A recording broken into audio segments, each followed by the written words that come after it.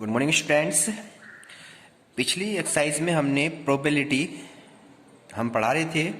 Probability के मैंने 4 questions तक आपको कंप्लीटली करा दिए थे। आज मैं इससे नेक्स्ट आपको क्वेश्चन स्टार्ट कराने वाला हूँ। ठीक है, चलिए क्वेश्चन नंबर 5 की ओर चलेंगे। कुछ क्वेश्चन इंपॉर्टेंट है तो पहले मैं उन्हें करा रहा हूँ, फिर आपको बुक्स के जितने भी क्वेश्चन है, कोई प्रॉब्लम होती है तो आप मुझे बता दीजिए। चलिए क्वेश्चन है, 2 पासे फेंके जाते हैं। पासेज आप जानते हैं जिसके ऊपर आपके 1 से लेकर 6 तक नंबर पड़े होते हैं, जो आपकी लूडो वाली गोटी होती हैं।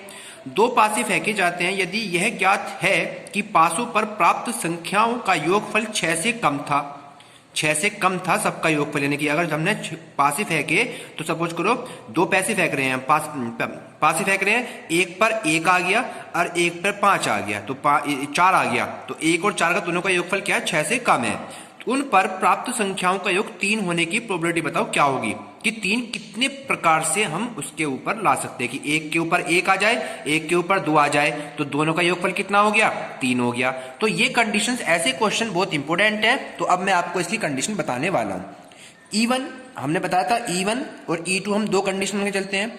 E1 तो हो गई हमारी कंडीशन कि पासों पर संख्याओं का योग कितना हो, 6। E1 क्या होगी, पासों पर संख्याओं का योग, संख्याओं का योग कितना है हमारे पास बच्चों, 6 से कम। 6 से क्या होना चाहिए, कम है। ये तो इसकी घटना है, 6 से कम होने की घटना। Okay student. E2 जो है हमारे पास, E2 क्या है हमारे पास, पासों पर संख्याओं का योग, पासों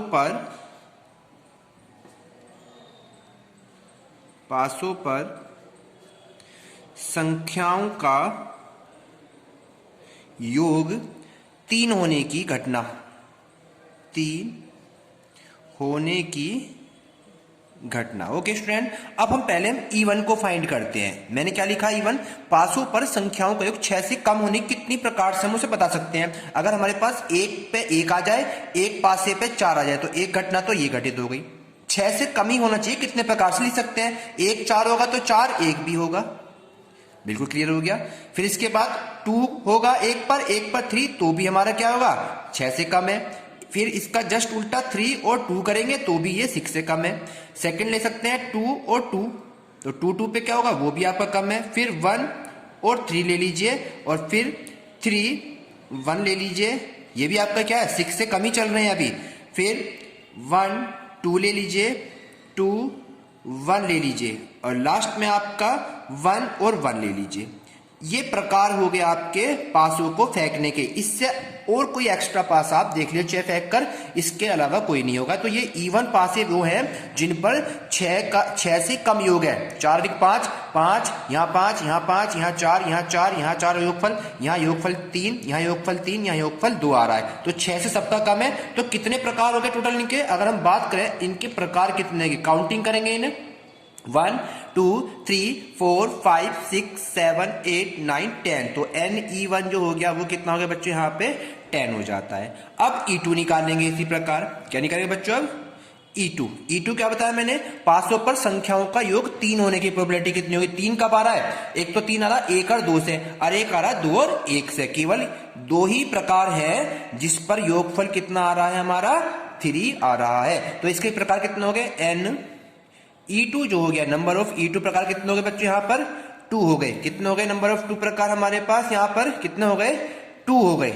ओके स्टूडेंट, अब करना क्या है हमारे पास में, अब हमें इसकी प्रोबेबिलिटी ज्ञात करनी है। तो प्रोबेबिलिटी क्या हो जाएगी, अभिष्ट प्रायिकता बराबर अभिष्ट प्रोबेबिलिटी कितनी हो जाएगी हमारे पास में बच्चों, हो जाएगी बच्चों अभिष्ट प्रोबेबिलिटी NE1 बटे NE2, इसकी अभिष्ट प्रोबेबिलिटी बन के तैयार हो जाएगी। तो कैसे करेंगे हम, यहाँ पे ऊपर आपका 2, यानी 2 प्रकार हो गए, 1 और 2 2 प्रकार हो गए, और इसके 10 थे, तो 2 1 जा 2, 2 5 जा 10, तो ये हो गया 1/5। आपकी प्रोबेबिलिटी कितनी है, 6 से कम होने की, और योग 3 होने की प्रोबेबिलिटी है 1/5 है। वेरी इंपॉर्टेंट क्वेश्चन है। अब इसका नेक्स्ट क्वेश्चन की ओर चलते हैं।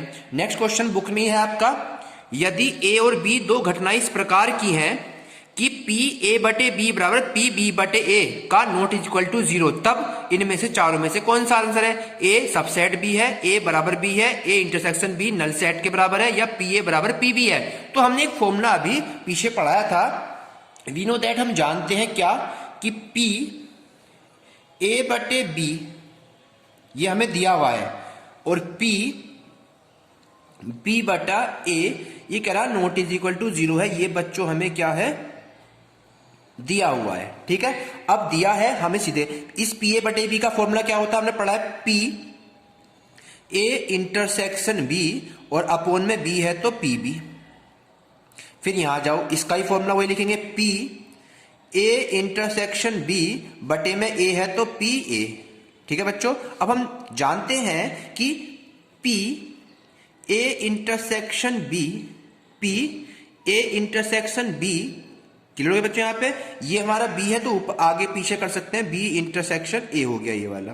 अब हम जानते हैं पी ए इंटरसेक्शन जो है पी बी इंटरसेक्शन ए के क्या होता है? बराबर होता है, यानी ये दोनों आपस में क्या है? इक्वल है। मैंने लिख दिया यहाँ पे फॉर्मूला, तो इक्वल चीज आपस में क्या हो जाती है? कैंसिल आउट हो जाती है। तो यहां बचेगा कौन? नहीं पी बी, यहां बचेगा पी ए। तो अगर आपके ऑप्शन में ये वाली टर्म्स आ रही होगी, देन आपका आंसर कितना हो जाएगा? पी ए और पी बी आपस में क्या बन जाएंगे बच्चों? इक्वल हो जाते हैं। वेरी इंपॉर्टेंट क्वेश्चन है। नेक्स्ट क्वेश्चन की ओर अब हम चलने वाले हैं। ओके स्टूडेंट्स, चलिए क्वेश्चन नंबर नेक्स्ट चलते हैं। वेरी इंपॉर्टेंट क्वेश्चन है। क्या क्या चीज हमें गिवन है वो मैं आपको बता देता हूं। Question number third, question number third में कह रहा है आपका, यदि 2p जो है, 2p की वैल्यू गिवन है हमारे पास 2p a मतलब प्रोबेबिलिटी, यदि 2pa बराबर pb इक्वल 5/13 5/13 है। इसका मीन सुन लीजिए क्या है आपके पास, 2pa नहीं 2 प्रोबेबिलिटी ऑफ a। अगर हम प्रोबेबिलिटी ऑफ a यहां से फाइंड करेंगे, pa फाइंड करेंगे तो 2 जाएगा इसके अपोन में, 2 कहां जाएगा बच्चों? इसके अपोन में। तो 5/13 तो पहली है, 2 और आ गया इसके अपोन में, तो कितना हो गया यहाँ पे आपका इसका? 5/26 यानी 5/26 हो गया किसकी वैल्यू? pa की। अब pb तो हमें pb बिल्कुल सेम ही रहेगा, कितना? 5/13। ये pb एज का एज इट इज रहेगा, बस 2 यहाँ पे pa के लिए गया है। अब तीसरी नंबर और दे रखा क्या है इसने, तथा p a बटा b की वैल्यू दे रखी है 2/5 दे रखी है। तो आपसे पूछ रहा है ये p a यूनियन b कितना होगा, यानी p a यूनियन b का मान हमें फाइंड करना है। वेरी इंपॉर्टेंट क्वेश्चन है। अब p a यूनियन b का हमें फॉर्मूला पता होना चाहिए। पहले तो हम p a यूनियन b का फॉर्मूला आपको बता देते हैं, इसका रूल क्या होता है। इसका फॉर्मूला होता है pa plus pb minus p a intersection b। ये हमारा बच्चों क्या है? फॉर्मूला है, रूल है। ठीक है, ये हो गया पी ए यूनियन बी का formula, P A plus P B minus P A intersection B हो जाता है। अब हमारे पास पी ए बी गिवन हो गया, पी बी भी मिल गया, लेकिन पी ए इंटरसेक्शन बी हमें नहीं मिला। अब पी ए इंटरसेक्शन बी हम कैसे फाइंड करेंगे, उसका रूल मैं आपको कराने वाला हूं। ओके स्टूडेंट, चलिए पी ए इंटरसेक्शन बी का मतलब क्या होता है? पी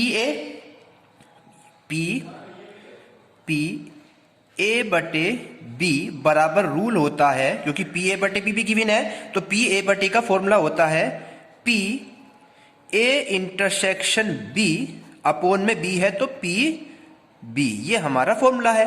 पी ए बटे बी का मान कितना है? 2/5, तो यहां पर रख दिया हमने 2/5।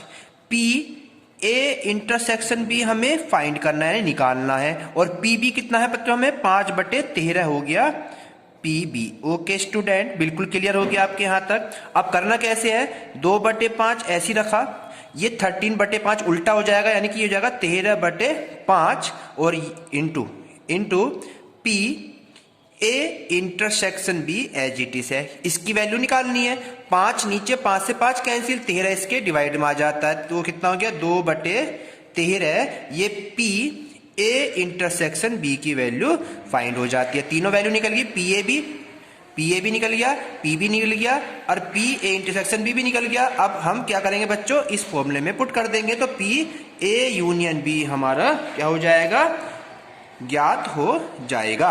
पी ए का मान कितना है, पी ए की वैल्यू देख लीजिए कितनी दे रखी है, कितनी दे रखी है 5/26, 5/26 प्लस पी बी कितना निकला 5/13 माइनस इसकी वैल्यू है 2/13। अब क्या करना है उसको देख लेते हैं। अब क्या करते हैं, एलसीएम लेते हैं।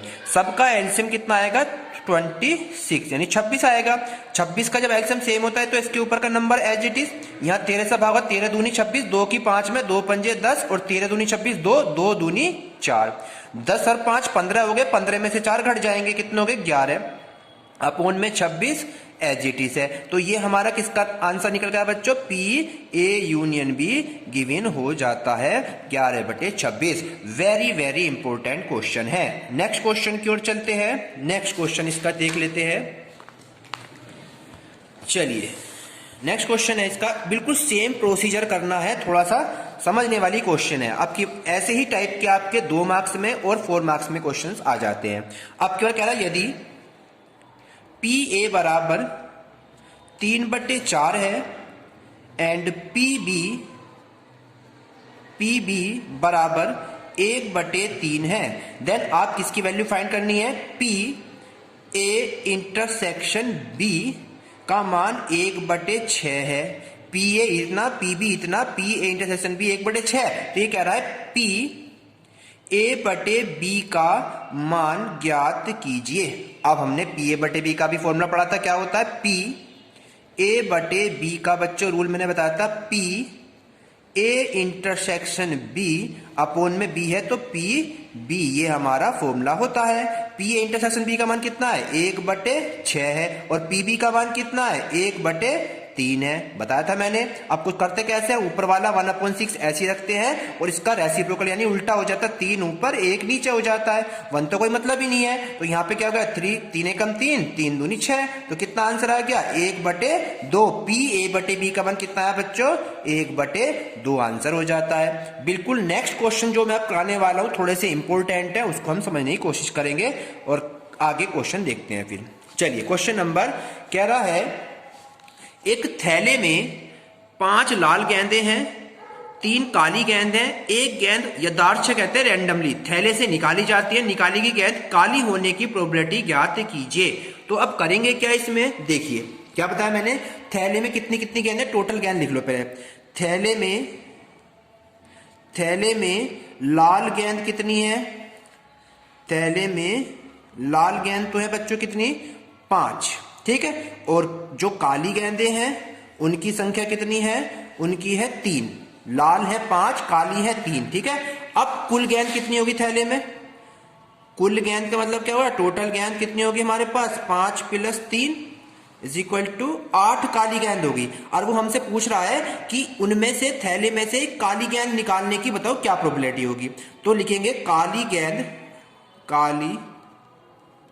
गेंद निकालने की प्रायिकता, काली गेंद की संख्या कितनी है हमारे पास 3, तो 3 ऊपर और टोटल गेंद कितनी है 1, तो काली गेंद निकालने की प्रोबेबिलिटी कितनी होगी बच्चों 3/8। अगर कहता है लाल गेंद की प्रोबेबिलिटी बताओ तो 5 ऊपर और टोटल गेंद नीचे, तो 5/8 आंसर आ जाता। तो इस तरह के क्वेश्चन आपके वेरी इंपॉर्टेंट है, इसे अपने नोटबुक में जरूर तैयार कर लें। कल मैं आपको इसके नेक्स्ट क्वेश्चन कराऊंगा। Thank you.